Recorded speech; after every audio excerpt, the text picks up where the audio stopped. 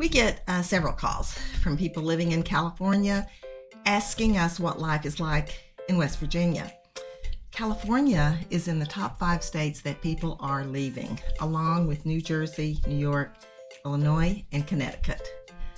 West Virginia is among the top 5 that people are moving to, along with Vermont, South Dakota, South Carolina, and Florida. And I got those figures from worldpopulationreview.com.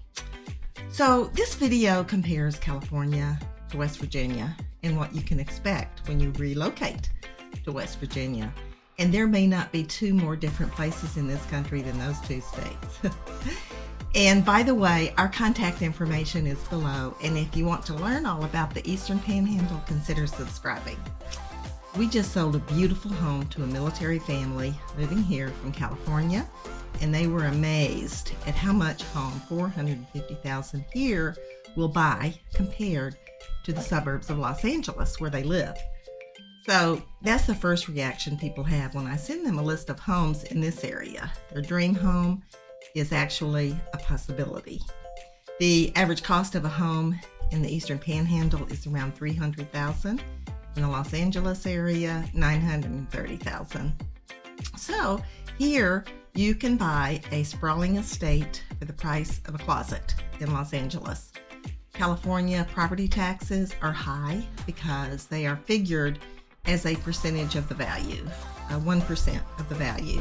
So for a $900,000 house, that's about $9,000. Property values in West Virginia are quite a bit less, as are property taxes. Property taxes in West Virginia are among the lowest in the country, 8th from the bottom. Income taxes are also lower in West Virginia, and according to Jim Justice, the governor, they're working on phasing out income taxes altogether. Both states have a graduated income tax system. The top rate for high earners in West Virginia is 6.5%. In California, it's 13.5%.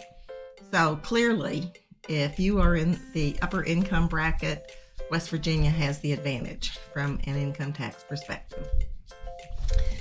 There are fewer high-paying jobs here, but if you balance things out, housing costs, taxes, cost of living, West Virginia is a much more affordable place, really.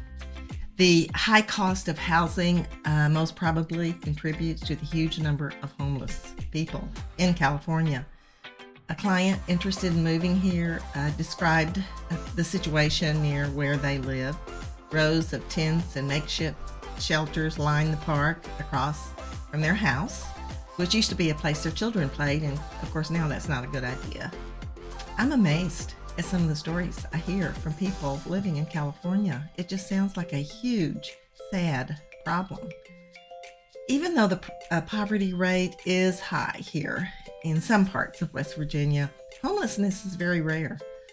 I also hear stories of how you can count on your bike being stolen if you leave it outside. And, you know, that has not been my experience living in West Virginia. The crime rate is just lower here. Another big difference is the population density. California is the most populated state in the country with 253 people per square mile. West Virginia is one of the least with 74.5 people per square mile. And that translates to less traffic. In a highly dense area that's car dependent, you can expect traffic conditions to be a nightmare. And that's pretty much what people tell me that move here from California. We moved here from Washington, D.C., where traffic is also pretty bad. So I appreciate the difference. The only thing, there's more wildlife here. There's a greater chance of hitting a deer, something I've done twice since we moved here. That was when we lived in Berkeley Springs, out in the country, and that's the least densely populated area in the Eastern Panhandle. There's just lots of open countryside there. So that's something to watch out for when you're driving down a country road. In Los Angeles, the only wildlife you see is probably going to be at the zoo.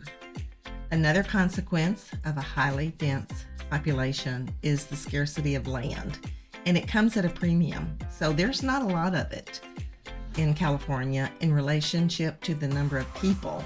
So it's very difficult to find a home at any price with a sizable yard. Even very expensive properties have postage-sized lawns. It's much easier to find homes with some acreage here, and homes tend to be built on larger lots. So if you want some privacy, a larger backyard, that's going to be pretty easy to find here.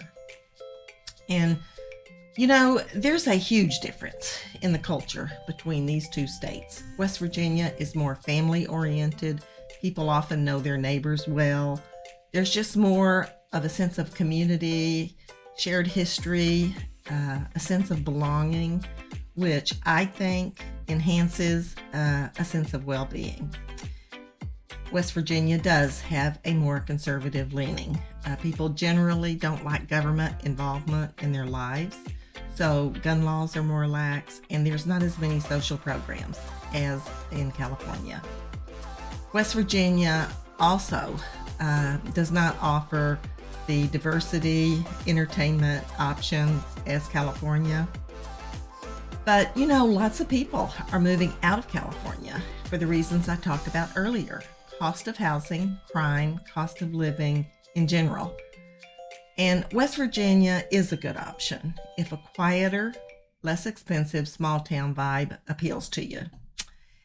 Okay, I appreciate you tuning in, and I do hope this was helpful. I've got lots of videos on this channel about different communities in the Eastern Panhandle.